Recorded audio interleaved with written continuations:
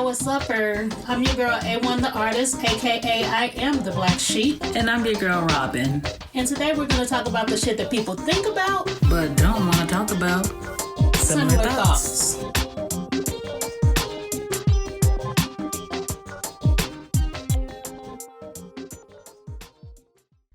I wanted to thank everybody for being here and for providing the input you did.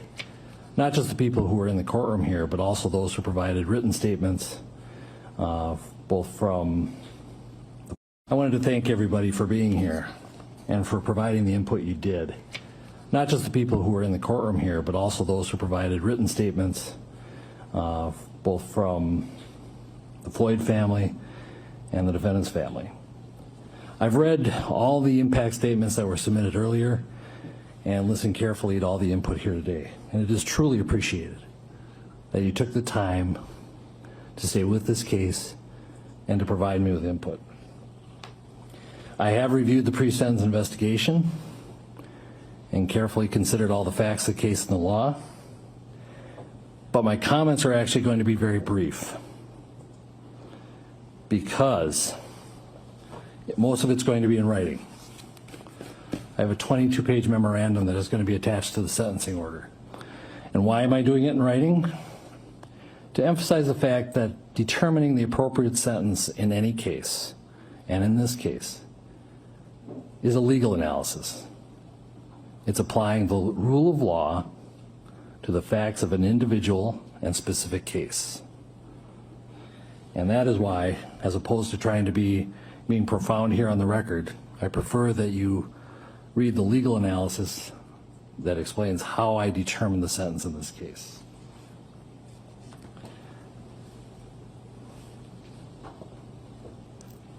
What the case is, or what the sentence is not based on, is emotion or sympathy. But at the same time, I want to acknowledge the deep and tremendous pain that all the families are feeling, especially the Floyd family. You have our sympathies. And I acknowledge and hear the pain that you are feeling. I acknowledge the pain not only of those in this courtroom, but the Floyd family who are outside this courtroom and other members of the community. It has been painful throughout Hennepin County, throughout the state of Minnesota, and even the country. But most importantly, we need to recognize the pain of the Floyd family. I'm not going to attempt to be profound or clever because it's not the appropriate time. I'm not basing my sentence also on public opinion. I'm not basing it on any attempt to send any messages.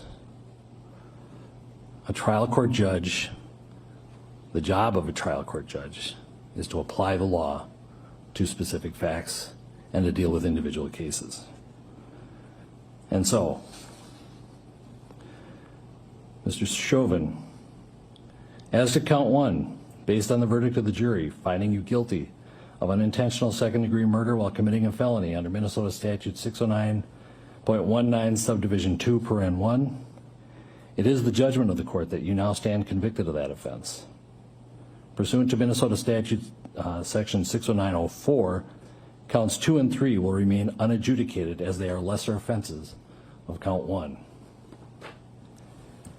As sentenced for count 1, the court commits you to the custody of the Commissioner of Corrections for a period of 270 months. That's 270. That is a 10-year addition to the presumptive sentence of 150 months. This is based on your abuse of a position of trust and authority, and also the particular cruelty shown to George Floyd. You are granted credit for 199 days already served. Pay the mandatory surcharge of $78 to be paid from prison wages. You're prohibited from possessing firearms, ammunition, or explosives for the remainder of your life. Provide a DNA sample as required by law. Register as a predatory offender as required by law. And then you will receive a copy of the order and also the attached memorandum explaining the court's analysis. Anything further from the state? If this needs to be said, we just ask that it be executed forthwith. Defendant is remanded to the custody of the sheriff to be transported back to the DOC or whichever custody is currently holding him. Anything from the defense? All right. Thank you. We are adjourned. All right. Welcome back, everybody, to Similar Thoughts. We decided to kick this video off differently. This past weekend, Derek Chauvin received his sentencing for the murder of George Floyd. And A1, I want to know what your thoughts were. Do you believe justice has been served? I have conflicted thoughts about it, of course, because I feel like that based on the crime and the non-humanitarian way that he killed him, I think that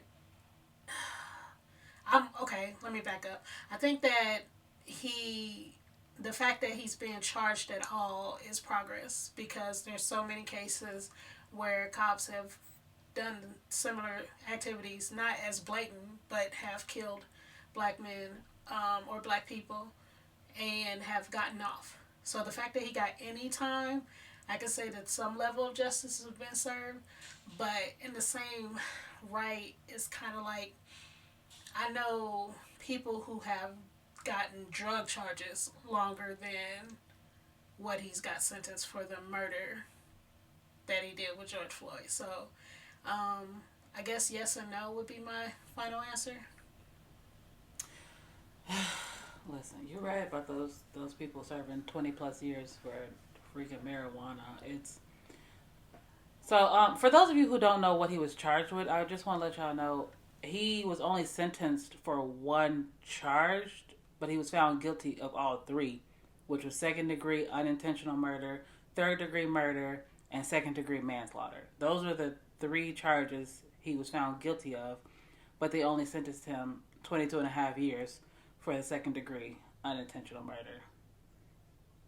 I don't appreciate that, because I feel like they should have stacked it, because this is from the CNN article on it, in Minneapolis. He could have faced up to 40 years for the second degree, up to 25 for the third degree, and up to 10 years for the second degree manslaughter. So I feel like they should have stacked those sentencings instead of just sentencing him for just the second degree unintentional murder. Right. So definitely, like you said, I feel it's progress, but I don't feel like justice was served effectively. No, because I always, you always got to play devil's advocate and say if the roles was reversed, if it was a black cop strangling a white man in the middle of the street, first of all, that would have got stopped right away. But if the case was that, he definitely would have probably got life or death row or something. Like, I don't see it being fair, I guess, in the levels of which the crime suits itself, I guess. I think he definitely got off easy. It bothers me the fact that he will still have some level of life after, like he's going to, 22 years, he'll be out and about. Granted, if they don't, try to kill him in prison, but he will be out and still being able to live some level of life after he took somebody else's. So you're absolutely right, and I don't appreciate that one of the charges was second degree unintentional murder, because I feel like after he said I can't breathe so many times, after that it should have been intentional. Like, he did not care. Yeah. I mean, if you watch the video, I'm sure there's not a person in the world who has not watched that video, or if they haven't, then it's still out there. But if you watch the video, you can see in his face that it was all intentional. Like, he wanted to kill him. Like, he had disregard of his life at all. He had his hands in his pocket and was just chilling. Like, he was just having a nice day, a nice little brunch or something. Like, he had not a care in the world. He, like, his whole demeanor was, the fact that he's telling me he can't breathe. It doesn't matter to me. And that was heartbreaking to watch, especially like when you think about him calling out to his mom and just pleading for his life. And it's like 3 other cops standing around, like everybody is just allowing this to happen. You know, like even if you look at the people who were standing around filming, you're like, yeah, you can't really do too much to a cop, but like wrong is wrong, you know? So it's like so many people just watch this man get murdered. Now I can't I always say that there's 2 kinds of people. There's people that say the death of George Floyd, and then you say there's people that say the murder of George Floyd. And it was modern day lynching, period. And it was publicized in so many ways. So, I don't know. I think it's a win-lose, you know? Like, yeah, it's some level of progress because there's so many black people that's lost their lives due to the hands of the police, and nothing has ever happened in the past, so. You're right. I think this is like one of the first time some kind of justice, like an officer killing an unarmed black person, is getting time for it. I think is this the first time this has happened? Yeah, I would have to do a fact check on that. Like, but I think that I would lean out to say yes. I would lean out to say yes, because even if you look at like Rodney King, back in the '80s. Like, that was on video, and there was like 5 officers, and every last one of them got off. Like, so, like, the list goes long. I did a painting called Say Their Names, and it's basically inspired by George Floyd, Breonna Taylor, and Ahmaud Arbery, I'm sorry. And I went back. It's got pictures of them, and then it's like a whole bunch of names of people who were killed by the police or killed in some kind of racial violence. And when I went to look up that list, it was so many names. It's like a 3-tier painting. I'll have to post it on our social media, but it's so many names in this packet. Like, the packet was like 30 pages of just names. Like, I was only able to go back from 2020 back to 2010 with the amount of names that I could fit.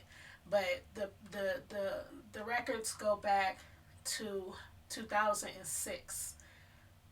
But I almost cried, like, just reading name after name after name of people that aren't even in the public eye that have been killed by the police, or haven't even gotten the recognition, or just killed senselessly. You got Trayvon Martin, and even Ahmaud Arbery.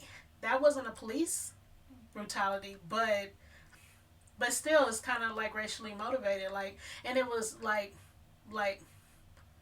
stuff like that happens. And, like, you think about Trayvon Martin and what's his name, George Zimmerman, just decided, oh, he don't belong in this neighborhood, he must be up to no good, and he lived in that area. So, like, stuff like that makes me nervous for my son, because I live in the suburbs, and I'm like, what if my son decided to walk to the store and some ignorant person decides, well, he doesn't belong in this neighborhood, let me kill him, or some cop pull him over. You know, like, those are always very present in my mind. And I think it sucks that it has to be that way. Right. It's sad. And for those of you who really don't even know what sparked the Black Lives Matter movement, it was the Trayvon Martin case that sparked the Black Lives Matter movement. So it's not just about police brutality towards black people. It's about the disenfranchisement of black people. It's about, black people not receiving the justice they deserved, especially in the judicial system. So it's like full circle with Trayvon Martin and then Ahmaud Arbery. Literally similar situations. Mm-hmm. But it looks like the Ahmaud Arbery case has a better chance of seeing some justice being served Yeah. than that damn Zimmerman case. But Yeah. yeah, no, it's not just so people aren't confused or the people who don't know about the Black Lives Matter movement. It's not just about cops killing unarmed black people and getting away with it. It's about so much more. Yeah. And I look at that and say, okay, like there's a lot of people be like, all lives matter, which I agree with. I do think that all lives are valuable and that everybody should be treated equally. The problem is that Black lives are less valued versus you got Asians or Hispanics or white people. Regardless, it's like whatever race. Like I do think that all lives should matter equally, and everybody should live in some level of harmony. But I don't, and I could be wrong, but I don't see any other race whose lives are as disregarded as black people. And at the end of the day, that's where the phrase comes from. It's like we are fighting for some level of justice or some level of equality. Like we're here too, and we should matter. Like I don't know. I think though, one of the things I did want to mention was the fact that the death of George Floyd and Breonna Taylor and Ahmaud all happened like within weeks of each other. But it opened up a much needed recognition to the world of what's going on. Because there were so many people, like I said, that did not get recognized. And yeah, here and there was the Trayvon Martins and that started the whole Black Lives Movement. And then there was different cases where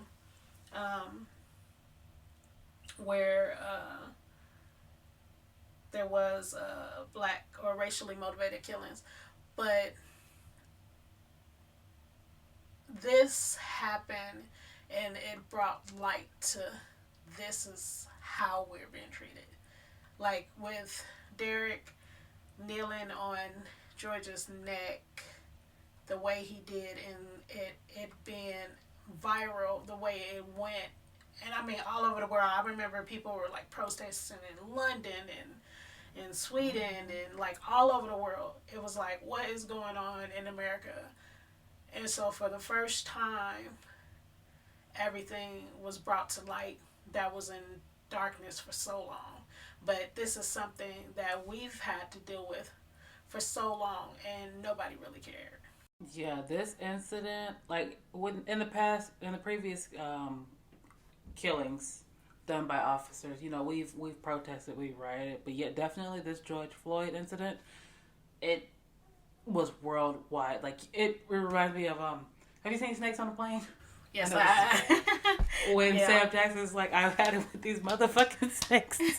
Oh, this motherfucking like those black people, like we have had it, like we're over it. We're gonna burn this fucking country down until y'all give us some justice.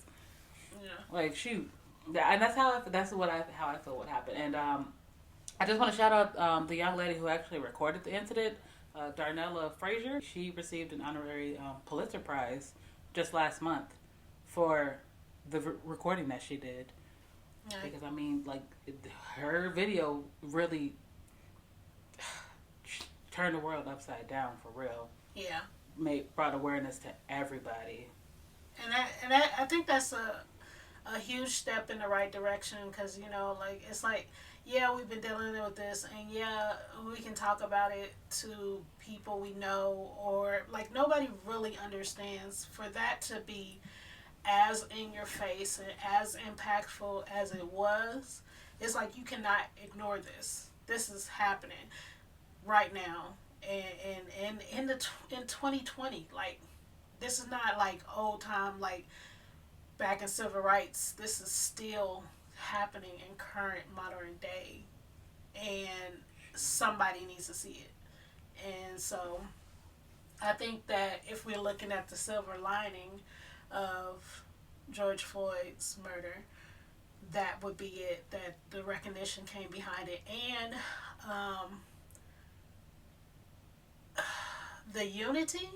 I can say, and I say this loosely, but I still want to recognize that there was a lot of people that came and supported the whole cause that were not black, and they like, I remember like living in Kennesaw, Georgia is predominantly white, and I remember driving down the street and I seen a group of white people protesting Black Lives Matter, and that made me feel some level of hope, because like the conversation is getting started.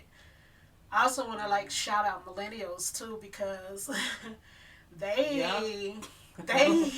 they really went in on starting this whole movement as far as social media and getting out there and protesting and really taking acknowledgement of what's wrong was wrong. Now, you know, everybody didn't go about it the right way, because, you know, I'm not necessarily a big fan of the rioting part of protesting, but I understand the anger behind it. So, what are your thoughts about the whole rioting versus protesting? Because that's something that a lot of people talked about during this, you know, like I know that like a lot of major things got destroyed in downtown Atlanta, as well as other cities. So what do you think about rioting versus protesting? Are you pro rioting? I I don't want people to get mad at me. No, you say what you feel. No, you say what you Listen, feel. the only reason I didn't participate in the protesting is because I was pregnant and it was a pandemic, and so I just didn't feel comfortable Right. going out during that time. But I am pro protesting, all for it, of course. The rioting, I'm okay with that too. Okay. I'm okay with that too. I'm not okay with them. If be smart about what you're vandalizing, though. That's how I feel. Like, don't attack the black businesses or the small black businesses. Okay, just be tactful. Mm-hmm.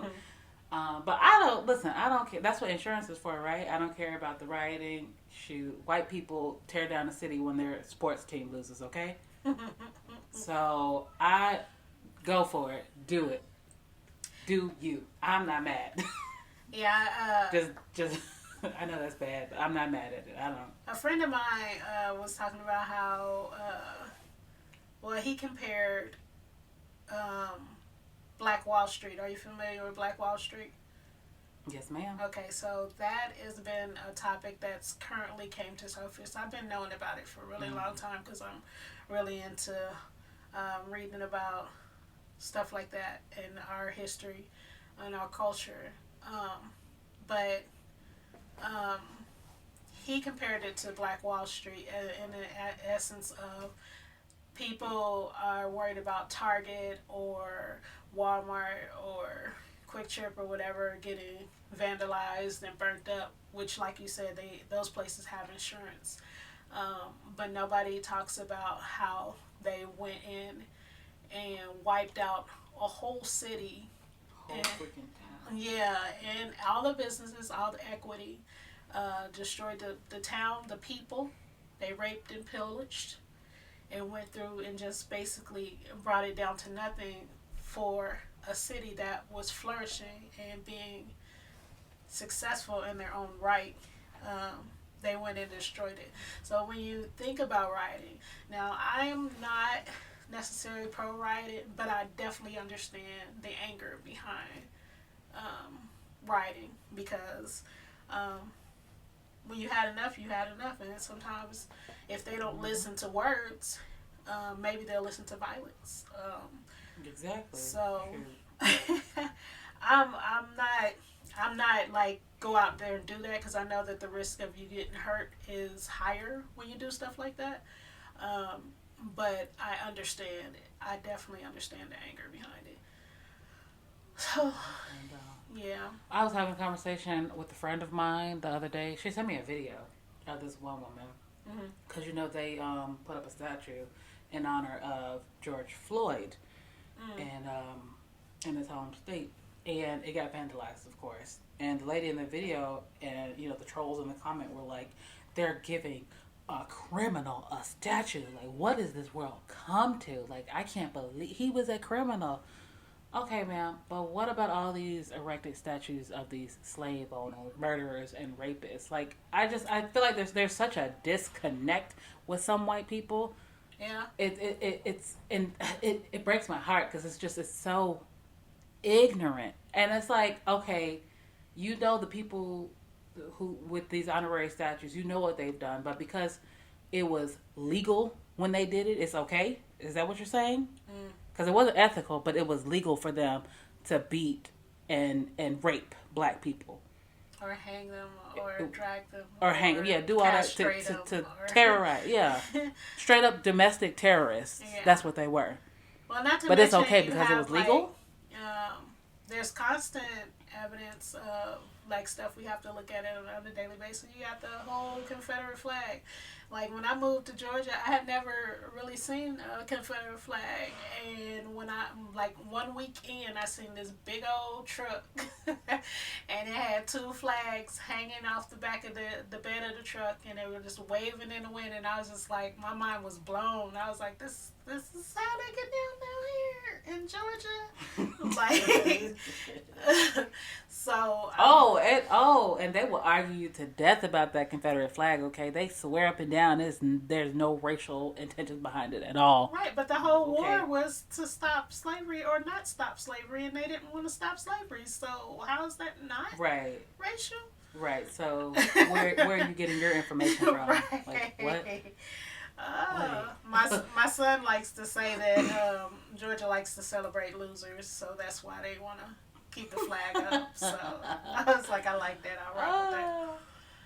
Oh, but before we go, A1, I just want to mention in our last episode we talked about Juneteenth becoming a federal holiday. Yes, it's a federal holiday. What are your thoughts? I think that I appreciate it. I definitely think that that's part of the change and the progress. Like I mentioned before, like I feel like that for so many people to not have any idea about Juneteenth, I think by making a national holiday, that will probably come with some level of education about what Juneteenth is, just like you have Columbus Day and we are aware of why Columbus Day exists, or Martin Luther King Day and we are aware of why that exists. So I think by making it a national holiday, it brings an additional level of education for our people. So I can appreciate it from that aspect. I definitely think it's progress. Just to circle back on educating the children, they're actually trying to remove the curriculum. What curriculum? Of Black history, the critical race theory. Like, you give us this Juneteenth as a national holiday, but you don't want to teach our children the history of it or why it even became a federal holiday. I think it's 15 states that are trying to remove basically Black history from history. Wow. They don't want to teach about it. They don't want to teach about it because they feel like teaching this history is igniting or is the reason Black people today don't like white people. But in my mind, I'm like, well, first you give us this holiday, but you're not going to tell us what's the history of it. So why are you giving it to us? Wow. I was unaware of that. So that kind of retracts what I just said. They're trying to remove it from the curriculum. But yeah, they're removing Black history from history. White people just whitewashing our history as usual. And another thing, like in the previous episode, I was talking about how I wanted Juneteenth to become a national holiday, but now I feel some type of way about white people getting paid for this holiday. I don't know if I appreciate that. Oh, wow. Well, you know, well, you got to take the good with the bad in that sense, you know. Like, right. like it's not gonna be all the white folks that get paid on Juneteenth, donate it to a black organization. That would be dope. That would be dope, actually. Too bad they're not. Yeah, well, you never know. Somebody might. I feel like there are some white people out here that actually would do that. Yeah, I you know, But, like, as much as like I want to clarify, as pro-black as we both are, I am not discrediting anything from white people, because there are good white people in the world. Like, I am the first to say there are assholes in every race and there are good people in every race, and you just gotta kind of judge people by the content of their character. I think that throughout this whole process, as much as Trump brought out the racism in a lot of people, there was a lot of love that was brought out too in the death of George Floyd, and there was some level of unity. I think it was like, if you look all over the world, because it was all over the world, there was all kinds of people that just agreed, unified, that this was wrong, and it was. So, not all white people are bad, and you know. Not all white people. Not all white people. When I say white people, I don't mean all white people. I just mean the racist white people. So don't get offended. Yeah, I just want to clarify. Yeah. I love white people. Yeah, white people are cool. Just not the racist Yeah, ones. just not the racist one. The old fashioned. Just not the racist ones. Still got that make America great again Yeah, kind of mindset. Those are the people. They yeah, those. I'm gonna start saying old fashioned white Yeah, people. you know, old fashioned. Yes, old fashioned is my word. So just so y'all know, that if y'all ever hear me say old fashioned, that means that they racist, and I think that that's an old fashioned state of mind. So if you ever hear me call somebody old fashioned, it's because they're being a little racist. Okay. Yeah. So yeah, old fashioned white people. Yeah. All right, this has been another good conversation. So I hope you guys are enjoying what you're hearing so far. I've been getting a lot of positive feedback, so I appreciate that. So keep your thoughts coming, keep listening, and we appreciate you as always. Yeah, and to everybody out there, you know, everybody except for the old-fashioned white people, enjoy your 4th of July weekend. No, God. Don't do it. Bye. Bye.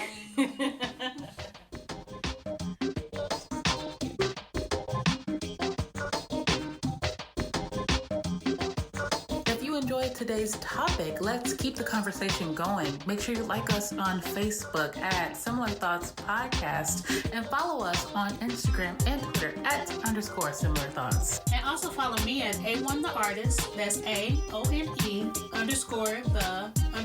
_artist. And I am the Black Sheep. And that's IM_THA Black Sheep. Thanks again for listening. And you guys have a wonderful week.